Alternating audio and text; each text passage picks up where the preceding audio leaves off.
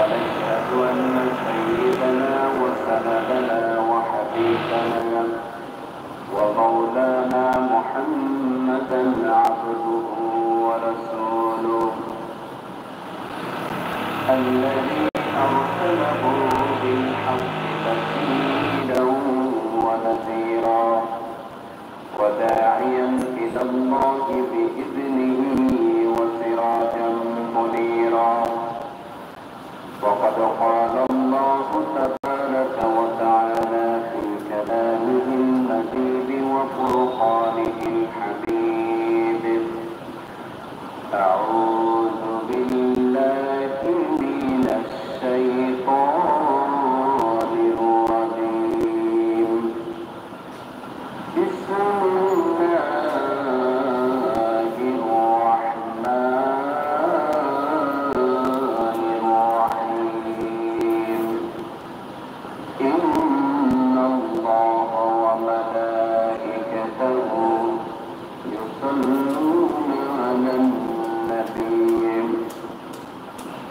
يا أيها الذين آمنوا صلوا عليه وسلموا تسليما اللهم صل على محمد وعلى آل محمد كما صليت على إبراهيم وعلى آل إبراهيم إنك حميد مجيد اللهم بارك على محمد وعلى آل محمد كما باركت على إبراهيم وعلى آل إبراهيم إنك حميد مجيد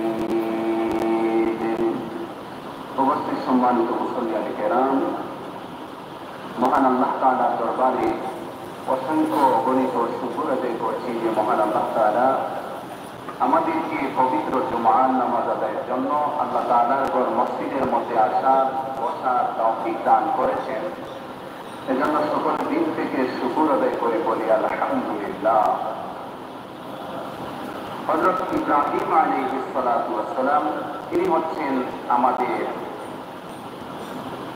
আমাদের পিতা এবং তিনি আমাদের নাম রেখেছেন ওয়া সাম্মাকুমুল মুসলিমিন মিল্লাতা আবিকুম ইব্রাহিম। ইব্রাহিম আলাইহিস সালাম হচ্ছে আমাদের পিতা, ওয়া সাম্মাকুমুল মুসলিমিন তিনি আমাদের নাম রেখেছেন মুসলমান। আমরা যে মুসলমান এটা নাম কে রেখেছেন? ইব্রাহিম আলাইহিস সালাম। ইব্রাহিম আলাইহিস সালাম তিনি যে সমাজে জন্মগ্রহণ করেছিলেন সেটা ছিল শিরিক মুক্ত, শিরিক যুক্ত একটা পরিবেশ, একটা সমাজ। এমনকি ওনার ফ্যামিলিতে পর্যন্ত শিরিক ঢুকে গিয়েছিল। ওনার বাবার নাম ছিল আদর, ঠাকুর পরিবার, সেখানে জন্ম। এবং ইতিহাসে ওনার বাবার নাম বলা হয়েছে তারে। তো ইব্রাহিম আলাইহিস সালাম ওনার বাবাকে দিনের পথে, উনি যেহেতু নবী, উনি ওনার বাবাকে দিনের পথে আহ্বান করেছেন। এইভাবে ইব্রাহিম আলাইহিস সালাম সমাজের লোকদেরকে যখন দিনের পথে আহ্বান করতে লাগলেন, শহরে একটা বড় অনুষ্ঠান হচ্ছিল, সবাই ওনাকে বলল যাওয়ার জন্য, তিনি বললেন না আমি যাব না। সেই সুবাদে ওদের এই মূর্তি যে ঘরের মধ্যে রাখা ছিল, তিনি ঘরে প্রবেশ করে সবগুলো মূর্তি ভেঙে দুটি সাত করে সব থেকে বড় যে মূর্তি সেটি গলার মধ্যে কুড়াল ঝুলিয়ে রেখে তিনি চলে আসলেন। ওরা বাহির থেকে যখন আসলো, তাদের মাহবুবগুলির এই অবস্থা যখন দেখল, তখন বলাবলি বলতে শুরু করলো কে এই কাজটা করেছে। তখন একজন বলল, ইতিপূর্বে আমাদের এই দেবদেবীগুলো সম্পর্কে বিভিন্ন ধরনের মন্তব্য করতে শুনেছি, ইউকালু লাহু ইব্রাহিম, লোকটার নাম হচ্ছে ইব্রাহিম। ইব্রাহিম আলাইহিস সালামকে ডাকা হলো যে তুমি কি এটা করেছ? তিনি বললেন আমি তোমাদের বড় মূর্তিটাকে জিজ্ঞেস করো, হয়তো ওর আগে মুসা সে করেছে। তখন ওরা বলল এত কথা বলতে পারে না। তখন তিনি বললেন, তোমরা এমন জিনিসকে মাবুদ হিসেবে, উপাস্য হিসেবে গ্রহণ করেছ, মেনে নিয়েছ, যে কথা বলতে পারে না, যে নিজের আত্মরক্ষা করতে পারে না, সে তোমাদের কিভাবে রক্ষা করবে? কাজে এইসব জিনিসকে তোমরা পরিত্যাগ করো। তিনি সঠিক জায়গায় যে দোয়া করা হয় সেই দোয়াগুলো আল্লাহ দরবারে ডাইরেক্টলি কবুল হয়ে যায়। সুবহানাল্লাহ। হাজেরা আলাইহিস সালাম পানির জন্য দৌড়াদৌড়ি করতেছে। তারপর তিনি ফিরে আসছেন বাচ্চার কাছে, এসে দেখেন কোন বর্ণনায় এসেছে ইসমাঈল আলাইহিস সালামের পায়ের গোড়ালির আঘাতে সেখান থেকেই ঝর্ণা প্রবাহিত হয়েছে। অন্য বর্ণনায় এসেছে হযরত জিবরাইল আলাইহিস সালাম তিনি ওনার পাখা দ্বারা আঘাত করেছেন, আর তাতেই ঝর্ণা দ্বারা শুরু হয়েছে। সুবহানাল্লাহ। হাজেরা আলাইহিস সালাম সেই পানির ঝর্ণাটার চতুর্দিকে বাঁধ দিলেন। নবী আলাইহিস সালাম বলেন, আল্লাহ তাআলা হাজেরা আলাইহিস সালামের প্রতি রহম করুন, উনি যদি বাঁধ না দিতেন সমস্ত দুনিয়ায় পানি প্লাবিত হয়ে যেত। সুবহানাল্লাহ। সেই পানি হচ্ছে আজকের জমজম পানি। সুবহানাল্লাহ। এই জমজম পানি নবী করিম সাল্লাল্লাহু আলাইহি ওয়াসাল্লাম বলেন, যে ব্যক্তি জমজমের পানি যে নিয়তে পান করবে, আল্লাহ তার সেই নিয়তটা পুরো করে দিবে। কেউ যদি তৃষ্ণা নিবারণের জন্য পান করে, আল্লাহ তার তৃষ্ণা নিবারণ করে দিবে। কেউ যদি পিপাসার জন্য পান করে, তাহলে তার পিপাসা আল্লাহ দূর করে দিবেন। কেউ যদি এই পেটের ক্ষুধার কারণে পান করে, আল্লাহ তার ক্ষুধা দূর করে দিবেন। সুবহানাল্লাহ। এত বিশুদ্ধ পানি হযরত হাজেরা আলাইহিস সালাম থেকে নিয়ে আজ অবধি সেই পানিটা কোনো তার গুণে, তার মানের মধ্যে, তার যে কার্যক্ষমতার মধ্যে কোনো ত্রুটি হয় নাই। সুবহানাল্লাহ। সুবহানাল্লাহ। এবং সেটা কিয়ামত পর্যন্ত সেটা চলতে থাকবে। হযরত হাজেরা আলাইহিস সালাম আল্লাহ রাব্বুল আলামিন ওনাকে পানির ব্যবস্থা করে দিলেন। প্রতিমধ্যে তার নিকট দিয়ে বাণিজ্য কাফেলা যাতায়াত করত। ওরা দেখলো এখানে পাখি উঠতেছে মানে পানির নিদর্শন, এখানে পানি আছে। ওরা বলাবলি করলো, আমাদের জানার মতো তো এই জায়গায় কোনো পানি নেই, কিন্তু আমার পাখি উঠতেছে, তার মানে পাখি এই জিনিসটা নিয়ে ইঙ্গিত করতেছে এখানে পানি আছে, চলো না একটু দেখে আসি। বাণিজ্য কাফেলা আসলো, এসে দেখলো একজন রমণী, ছোট্ট একটা বাচ্চা, এখানে পানিও রয়েছে। সুবহানাল্লাহ। ওনারা বললেন, আপনি কে, আপনার কি পরিচয়? তিনি বললেন, আমি ইব্রাহিম খলিলের স্ত্রী, আর আমার সন্তান ইসমাঈল। এই কুয়াটার মালিককে হাজেরা আলাইহিস সালাম। ওনারা দেখলেন এই পানিটা খুবই অন্যান্য পানির থেকে সম্পূর্ণ আলাদা। তখন ওনারা হাজেরা আলাইহিস সালামকে বিনিময় দিয়ে ওনার থেকে পানি কিনে নিত। এইভাবে যত বাণিজ্য কাফেলা যাতায়াত করতো, ওনার থেকে পানি নিত, বিনিময় দিত। তো বিনিময় ওনাকে খাবার দিত, যেহেতু ওনার কাছে পানি আছে, খাবারের প্রয়োজন, ওনাকে খাবার দিত এবং ওরা পানি দিত। এইভাবে আস্তে আস্তে করে কেউ ভাবলো এই জায়গাটা খুবই মনোরম, এই জায়গাটার আবহাওয়া খুবই সুন্দর, এখানে বসবাস করা যায়। তখন ওনার থেকে এই জমি কিনে, পানি কিনে, ওনার থেকে ওরা অনুমতি সাপেক্ষে ওরা বসবাস করতে শুরু করলো। এইভাবে আস্তে আস্তে করে মানুষের বাস শুরু হলো, আস্তে আস্তে করে বিশাল একটা এলাকা হয়ে গেল। সুবহানাল্লাহ। আল্লাহ রাব্বুল আলামিন পানির ব্যবস্থা করে দিলেন, খাবারের ব্যবস্থা করে দিলেন, একাকিত্ব দূর করে দিলেন, মানুষের একটি এলাকা গড়ে উঠলো, জনপদ গড়ে উঠলো। এদিকে ইব্রাহিম আলাইহিস সালাতু ওয়াস সালামের বয়স যখন 92 কিংবা 93 কিংবা 100 বছর হলো, আল্লাহ রাব্বুল আলামিন ওনাকে দ্বিতীয় পুত্র ইসহাক আলাইহিস সালাম দান করলেন। কয়েক বছর আগে একটা বিতর্ক হয়েছিল যে ইব্রাহিম আলাইহিস সালাম ইসহাক আলাইহিস সালামকে জবাই করেছেন নাকি ইসমাঈল আলাইহিস সালাম, একটা প্রশ্ন উঠেছিল।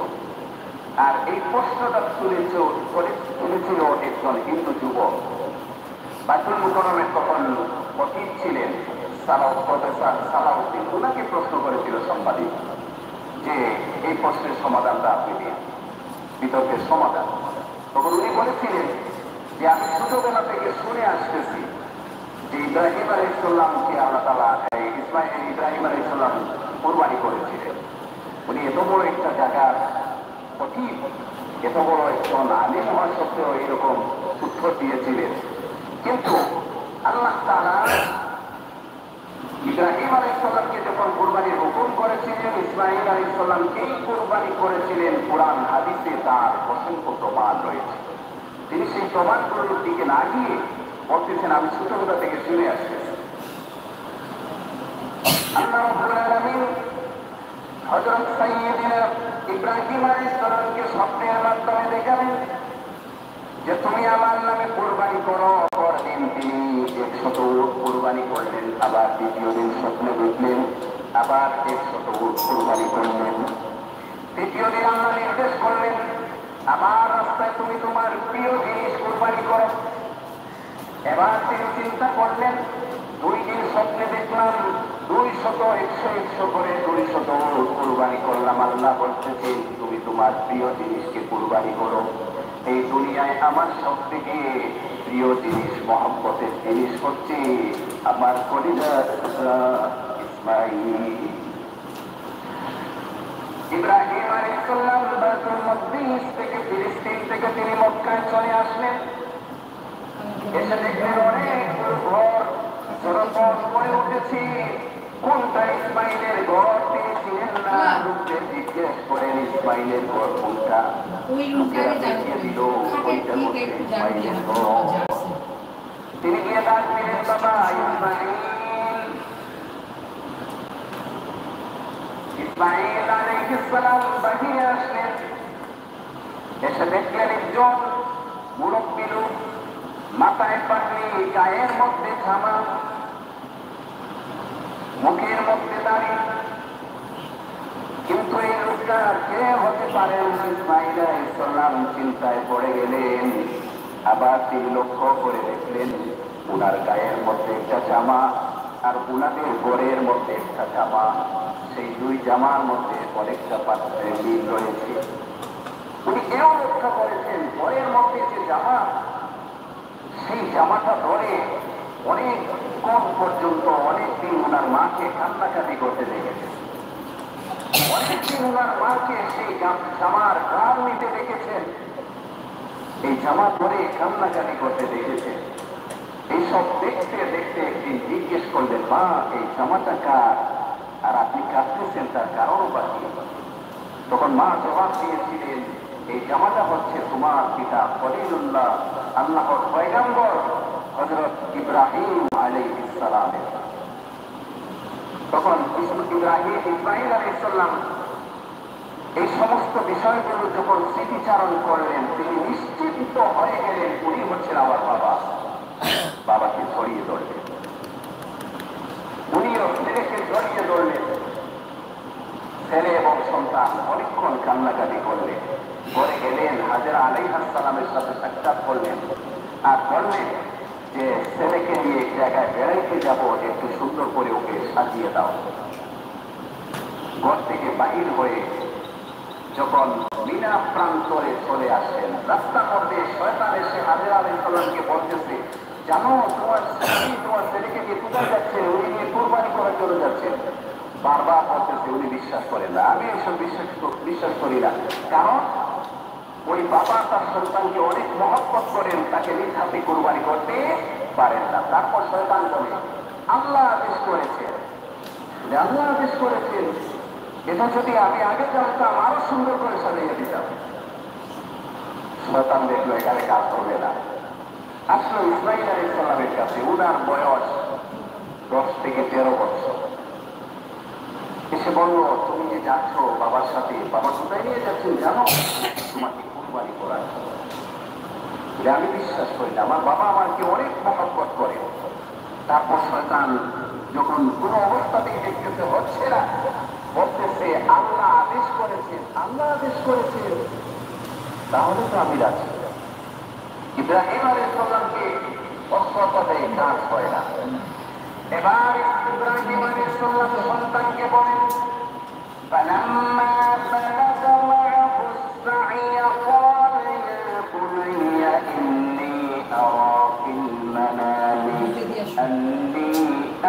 كتابك فانظر ماذا ترى قال يا أبت افعل ما تؤمر ستجدني إن شاء الله من الصابرين فلما أسلم وتله للجبين وآتيناه أيها إبراهيم قد صدقت الرؤيا ইব্রাহিম আলাইহিস সালাম ইসমাঈল আলাইহিস সালামকে বলেন, বাবা আমি স্বপ্নে দেখেছি তোমাকে কুরবানি করবে। উনি বলেন, ইসমাঈল আলাইহিস সালাম বলেন, বাবা আপনাকে স্বপ্নে যে আদেশ করা হয়েছে, উনি বুঝতে পেরেছেন নবীদের স্বপ্ন ওহী। নবীদের স্বপ্ন কি? ওহী। বাবা আপনাকে যে আদেশ করা হয়েছে আপনি তা পালন করুন। সাতাজিদুনি ইনশাআল্লাহু মিনাস সাবিরিন, নিশ্চয় আপনি আমাকে ধৈর্যশীলদের মধ্য থেকে পাবেন। উনি বলেন নাই যে আমাকে ধৈর্যশীল হিসাবে পাবেন, এটা বলেন নাই, বহু বচন বলেছেন ধৈর্যশীলদের মধ্যে থেকে। তার মানে ইতিপূর্বে দুনিয়াতে অনেক মহান ব্যক্তিগণ ধৈর্যের পরিচয় দিয়েছে। আল্লাহ চাহেন তো ইনশাআল্লাহ, আল্লাহ চাহে তো ওই সমস্ত যেই সমস্ত আল্লাহ প্রিয় বান্দারা ধৈর্যের পরিচয় দিয়েছে আপনি তাদের মধ্য থেকে আমাকে পাবেন। আর এখানে আরেকটি জিনিস বলেছেন ইনশাআল্লাহ, এজন্য আমরা ভবিষ্যতে কোনো কাজ করতে চাই কি বলবো? ইনশাআল্লাহ, আল্লাহ চাহে তো, আল্লাহ চাহে তো ইনশাআল্লাহ মিনাস সাবিরিন। তারপর ফালাম্মা আসলামা ওয়া তাল্লাহু লিল-জাবিন, ইসমাঈল আলাইহিস সালাম বলেন, বাবা আপনি যখন আমাকে কুরবানি করবেন তখন আমার মাথাটাকে, আমার মুখটাকে নিচের দিকে রাখবেন, কারণ পিতা পুত্রের মহব্বত। আপনি আমার দিকে চাইবেন, আমিও আপনার দিকে চাইব। মহব্বতের ঢেউ চলে আসবে, আপনার হুকুম পালনে আপনি ব্যর্থ হয়ে যাবেন। বাবা এজন্য আপনি আমার মুখটাকে, জামিন বলা হয় কপালের উভয় পার্শ্বকে, উভয় পার্শ্বকে মাটির সাথে লাগিয়ে দিবে, মানে মুখটা নিচে দিবে। আপনি আমার হাত পা বেঁধে রাখবেন, মৃত্যু যন্ত্রণা বড় কঠিন। আমার প্রাণ বাহির হওয়ার সময় জানটা যখন ছটফট করবে তখন আমার হাত পা আপনার দেহের মধ্যে লেগে যাবে, বেয়াদবি হয়ে যাবে। আর আরেকটি কাজ করবেন, আপনি যখন ছিলেন না তখন আমার মাকে আপনার জামার গ্রাফ নিতে দেখেছি, জামা জড়িয়ে অনেকক্ষণ জড়িয়ে ধরে কান্নাকাটি করতে দেখেছি। বাবা জামাটা রক্তমাখা হওয়ার আগে আমার জামাটা আমার মাকে দিবেন, তাহলে আমার মার আত্মাটা একটু শান্তি পাবে, মনটা একটু শান্তি পাবে। হযরত ইব্রাহিম আলাইহিস সালাম আমিও বলেছিলেন আপনি আপনার চোখটা বেঁধে নেবেন, তাহলে আমাকে দেখবেন না, আল্লাহর আদেশ পালনের মধ্যে কোনো ব্যাঘাত সৃষ্টি হবে না। তখন ইব্রাহিম আলাইহিস সালাতু ওয়াস সালাম ইসমাঈল আলাইহিস সালাতু ওয়াস সালামকে দিয়ে ছুরি চালানো শুরু করে দিয়েছেন। এমন সময় আল্লাহ রাব্বুল আলামিন ইব্রাহিম আলাইহিস সালামকে বলেন, হে ইব্রাহিম তুমি বেহেশত থেকে একটি ডুম বানিয়ে যাও। কিন্তু হযরত জিবরাইল আলাইহিস সালাতু ওয়াস সালাম বেহেশত থেকে একটি ডুম বানিয়ে উনি মনে মনে ভয় করতেছিলেন, আমি যাওয়ার আগে যদি ইব্রাহিম আলাইহিস সালাম গলাটা কেটে ফেলে, তাই তিনি আসমান এবং জমিনের মধ্যখানে থাকা অবস্থায় আওয়াজ দিয়েছেন, আল্লাহু আকবার, আল্লাহু আকবার। ইব্রাহিম আলাইহিস সালাম আওয়াজ শুনে তাকান, এখানে তো আমি এবং আমার ছেলে ছাড়া কেউ নেই, কে আল্লাহু আকবার বলে ধ্বনি দিল। ইব্রাহিম আলাইহিস সালাম ঘুম পাড়িয়ে হাজির হলেন। আর ইব্রাহিম আলাইহিস সালাম যখন ছুরি চালাইলেন তারপর দেখলেন ছেলের পরিবর্তে বেহেশতি দুম্বা। সুবহানাল্লাহ। আল্লাহ রাব্বুল আলামিন এই যে সন্তানের পরিবর্তে তখন আল্লাহ ডাক দিয়ে বলেন, ওয়ানাদাইনাহু আইয়া ইব্রাহিম قد صدقت الرؤيا إنا كذلك نجزي المحسنين وفديناه بذبح عظيم। আল্লাহ বেহেশত থেকে বিশাল বড় আকারের একটি জন্তু, একটি দুম্বা দিয়ে ইব্রাহিম আলাইহিস সালামের প্রাণ রক্ষা করেছিলেন। আল্লাহ বলেন, ইয়া ইব্রাহিম কদ সাদ্দাকতা রুইয়া, হে ইব্রাহিম তুমি তোমার স্বপ্নকে বাস্তবে পরিণত করেছো। তোমার ছেলে কোরবানি করো, এটা আমি চাইনি, আমি চেয়েছিলাম তুমি আমার আদেশটা পালন করো। তো আমরা যখন সবাই কোরবানি করব, দেখেন মূলত আল্লাহ আদেশ করেছিলেন সন্তান কোরবানির জন্য। যদি আল্লাহ ফেরেশতা দুর্বা না দিতেন তাহলে আমরা সবাই আমাদের সন্তান কোরবানি করতে হতো। এজন্য এই কোরবানিটা হচ্ছে শুকরিয়াতা। শুকরিয়াতা মানে জানের পরিবর্তে, নিজের সন্তানের পরিবর্তে পশু কোরবানি, এই হিসাবে এটা শুকরিয়াতা। আর কোরবানির পশুটা পুরোটা হওয়া উচিত এবং শিংওয়ালা হওয়া উচিত, পশমওয়ালা হওয়া উচিত। অর্থাৎ যায়েদ ইবনে আরকাম রাদিয়াল্লাহু আনহু বলেন, মা হাযিহিল আযাইয়ু ইয়া রাসূলুল্লাহ, কুরবানি কি? নবী আলাইহিস সালাম বলেন, কুরবানি হচ্ছে হুয়া সুন্নাতা আবিকুম ইব্রাহিম আলাইহিস সালাম, কুরবানি হচ্ছে ইব্রাহিম আলাইহিস সালামের সুন্নাত। তারপর ওই সাহাবী বলেন, ইয়া রাসূলুল্লাহ, ক্বালু ফামা লানা ইয়া রাসূলুল্লাহ, আমাদের জন্য তাতে কি রয়েছে? নবী আলাইহিস সালাম বলেন, লিকুল্লি শাআরিন হাসানাত, প্রত্যেকটি কুরবানির জন্তুর প্রত্যেকটি পশমের বিনিময় তোমাদের জন্য সওয়াব হয়। অন্য হাদিসে এসেছে নবী আলাইহিস সালাম বলেন, কিয়ামতের দিন কুরবানির জন্তু তার লোম সহ, তার খুর সহ, তার শিং সহ উপস্থিত হবে এবং সেগুলো আমলের পাল্লায় ওজন করা হবে। তাতে বোঝা গেল কুরবানির পশুটা কি হতে হবে? শিংওয়ালা হতে হবে, পশমওয়ালা হতে হবে এবং খুরওয়ালা হতে হবে।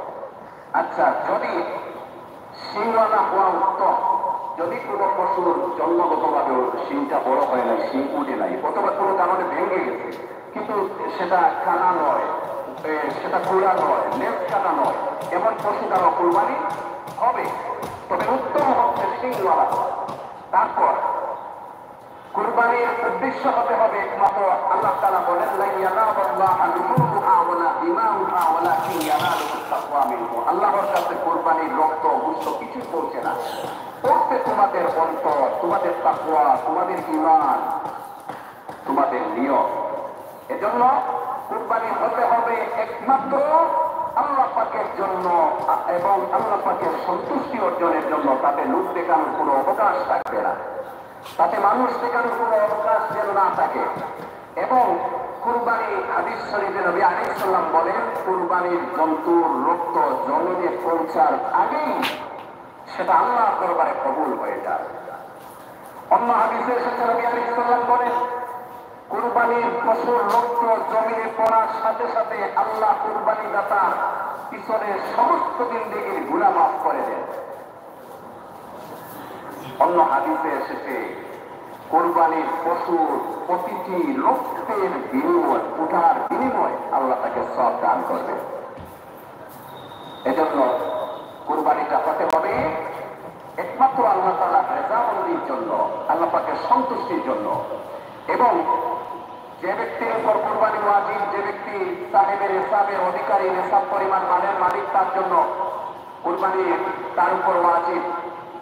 তার পক্ষ থেকে একটি ছাগল, ভেড়া, দুম্বা অথবা একটি গরু দিতে পারেন, মহিষ দিতে পারেন, উট দিতে পারেন। ছাগলের ক্ষেত্রে বয়স হতে হবে কমপক্ষে 1 বছর, গরু মহিষ কমপক্ষে 2 বছর, উটের ক্ষেত্রে হতে হবে কমপক্ষে 5 বছর। এখন একটা গরুকে 7টা নাম দেওয়া যায়। এখন অনেকে এই জিনিসটা আগে খেয়াল রাখতে হবে। মনে করুন একটা পরিবারের মধ্যে 3 জন মানুষ আছে এবং 3 জন ইনকাম করে, 3 জন নেশাব পরিমাণ মালের মালিক। আগে ওই 3 জনের নাম দিতে হবে। এমনকি এই যাদের পরিবারের মহিলাদের নেশাব পরিমাণ স্বর্ণ আছে, উনাদের উপরও কুরবানি ওয়াজিব, উনাদের নামটা আগে দিতে হবে। যারা ইনকাম করে, যারা নেশাব পরিমাণ মালের মালিক, উনাদের নামটা আগে দিতে হবে। মনে করুন একজন পরিবারের মধ্যে 5 জন আছে, 3 জন পুরুষ, 3 জন ইনকাম করেন, 3 জনের উপর কুরবানি ওয়াজিব। 2 জন মহিলা আছেন, উনাদের নেশাব পরিমাণ স্বর্ণ আছে, উনাদের উপর ওয়াজিব। প্রথমে ওই 5 জনের নাম দিতে হবে। তারপর থাকলো কয়না? 2 নাম। সেটা আপনার মৃত ব্যক্তির নামে, বাবার নামে, মার নামে যদি দেন, সেই সবটুকু আল্লাহ তাদের কবরে পৌঁছে দিবে। অথবা নবী করিম সাল্লাল্লাহু আলাইহি ওয়াসাল্লাম মদিনাতুল মুনাওয়ারায় হিজরত করে যাওয়ার পর প্রতি 10 বছরের মধ্যে পুরো 10 বছরই কুরবানি দিয়েছেন এবং উনি উম্মতের পক্ষ থেকেও কুরবানি দিয়েছেন। আমাদের জন্য নবী আলাইহিস সালাম যেহেতু আমাদের জন্য দিয়েছেন, আমাদেরও উচিত নবী আলাইহিস সালামের পক্ষ থেকে কুরবানি করা। এজন্য আর শরীকে যারা দিবেন, এই শরীক নির্বাচন করতে হবে, দেখতে হবে উনার ইনকাম বৈধ কিনা এবং উনার উদ্দেশ্য কি। যদি মাংস দেওয়া নিয়ম করে একজনের কারণে বাকি 6 জনের কুরবানি নষ্ট হয়ে যাবে। শরীকান যাকে আপনি অংশগ্রহণ করাবেন, যাকে শরীক নেবে, তার ইনকাম যেন বৈধভাবে হয়। অবৈধভাবে যদি কেউ ইনকাম দ্বারা কোরবানি দেয়, কোরবানি তো হবে না, এমনকি সওয়াবের পরিবর্তে গুনাহ হবে। এজন্য আর কুরবানির মধ্যে গোশত খাওয়ার কোন নিয়ত থাকবে না। নিয়ত থাকতে হবে শুধুমাত্র আল্লাহ পাকের সন্তুষ্টি। আল্লাহ রাব্বুল আলামিন আমাদের সবাইকে তৌফিক দান করুন। আমিন ওয়া আখিরু দাওয়ানা আলহামদুলিল্লাহ।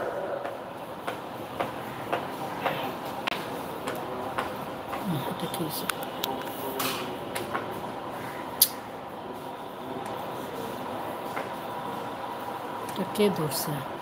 আলহামদুলিল্লাহ। ربنا ظلمنا أنفسنا وإن لم تغفر لنا وترحمنا لنكونن من الخاسرين.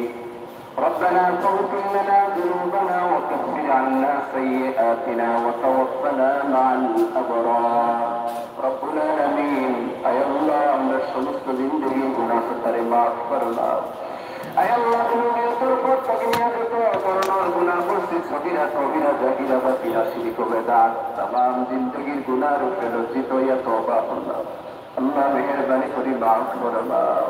আল্লাহ আমাদের মাফ, আল্লাহ আমাদের মাফ ফরমাও। আয় আল্লাহ, তুমি ছাড়া মাফ করলে ওয়ালা কেউ নাই। আল্লাহ তুমি তাওয়াব, আল্লাহ তওবাকারীকে বড় পছন্দ করো। আল্লাহ মেহেরবানি করে আমাদের মাফ ফরমাও। আয় আল্লাহ, আমরা তোমার মকবুল গোলামি নসিব ফরমাও। আল্লাহ আমরা তোমার কথা ইবাদত বندگی কবুল ফরমাও। আল্লাহ আমরা জমিয়ে মুর্দেগান করে মাফ ফরমাও। তোমার হাবিবুর জিন্দা মুর্তফা উম্মতরি মাফ ফরমাও। আয় আল্লাহ, আমরা অভাবী অপরাধ দূর ফরমাও। আল্লাহ মুসিবত দাফর মুসিবত দূর ফরমাও। আল্লাহ পরেশান ওয়ালা পরেশানি দূর ফরমাও। আল্লাহ হাজতমন্দ ওয়ালা আপনার হাজতরে পূর্ণ ফরমাও। আল্লাহ বিমারি আপনার শিফা দান ফরমাও। আয় আল্লাহ, বহু মানুষ বাসা বাড়িতে অসুস্থ। আল্লাহ আমাদের মধ্যে অনেকেই অসুস্থ। আল্লাহ আমাদের পরিবারের মধ্যে অনেকেই অসুস্থ। আল্লাহ তুমি সুস্থতার জিন্দেগি নসিব ফরমাও। বেমার নিয়ামত শিফা নিয়ামত দ্বারা বদলাইয়া দেও। আল্লাহ যতদিন দুনিয়ার মধ্যে আপনার সুস্থ রাখিয়ে তোমার গুলামের তৌফিক দিও। আল্লাহ আমরা গুনার কারণে কঠিন কোনো বেমার দিও না। আল্লাহ বিছনাত ফলাইয়া ফসাইয়া বলাইয়া আমরার মত দিও না। আয় আল্লাহ, জীবনের শেষ ওয়াক্ত নামাজ মসজিদে আনিয়া জামাতের সাথে আদায় করার তৌফিক দিও। আর যখন হায়াত শেষ হয়ে দিব, আল্লাহ খাতিমা ইমানের রব্বুল আলামিন আল্লাহ যারা কুরবানি দেওয়ার নিয়ত করছেন, আল্লাহ সবার কুরবানি কবুল ফরমাও। আয় আল্লাহ, একমাত্র তুমি আল্লাহ সন্তুষ্টি হতে লাগে কুরবানি দেওয়ার তৌফিক দান ফরমাও। আয় আল্লাহ, তোমার যত বান্দা বান্দী করে তোমার বাড়ির দাওয়াত করছে, আল্লাহ সবাই হজ্জে মাবরুর জিয়ারতে মকবুল নসিব ফরমাও। আয় আল্লাহ, লক্ষ লক্ষ তোমার বান্দা তোমার ঘরের চতুর্দিকে লব্বাইক আল্লাহুম্মা লব্বাইক বলে শুকর দিতে আছে। আল্লাহ তারা দোয়ার লগে আমরা দোয়ারে কবুল করবা, তার লগে আমরা মাফ করবা। আল্লাহ তাদের হচ্ছে কবুল জিয়ারতে মকবুল নসিব। আল্লাহ আমাদের মক্কা মদিনা জিয়ারত নসিব করবাও। আয় আল্লাহ আমাদের মাফ করবাও। আয় আল্লাহ, দিন হজর প্রথম 10 দিন আল্লাহ বহু ফজিলতপূর্ণ। আয় আল্লাহ, এই 10 দিনের সমস্ত রহমতের বরকত দ্বারা আমরা মালামাল করবা। আয় আল্লাহ, এই মুবারক দিনগুলোর খাতিরে আল্লাহ আমাদের মাফ ফরমাও। সমস্ত কল্যাণ রহমত বরকত দ্বারা আমরা মালামাল করবা। আয় আল্লাহ, তোমার এক বান্দা তাহলে বড় মান লাগে দোয়া চাইছেন, আল্লাহ তোমার বান্দিরে মাফ ফরমাও। আয় আল্লাহ, অনেক বিমারি অপর দোয়া চাইছেন, আল্লাহ সুস্থতা দান ফরমাও। আয় আল্লাহ, তোমার এক বান্দা মারা গেছে, আল্লাহ তোমার বান্দারে জান্নাতুল ফিরদাউস নসিব করো। আয় আল্লাহ, আমাদের তোমার রহমত দ্বারা মালামাল ফরমাও। আল্লাহ তোমার আযাব আর গজব থেকে হেফাজত ফরমাও। আল্লাহ একটা বাচ্চা অসুস্থ, সুস্থতা দান ফরমাও। আল্লাহ আমরা জান মাল ও ইজ্জত এবং হেফাজত ফরমাও। والسلام على المرسلين والحمد لله رب العالمين آمين। সবাই একটু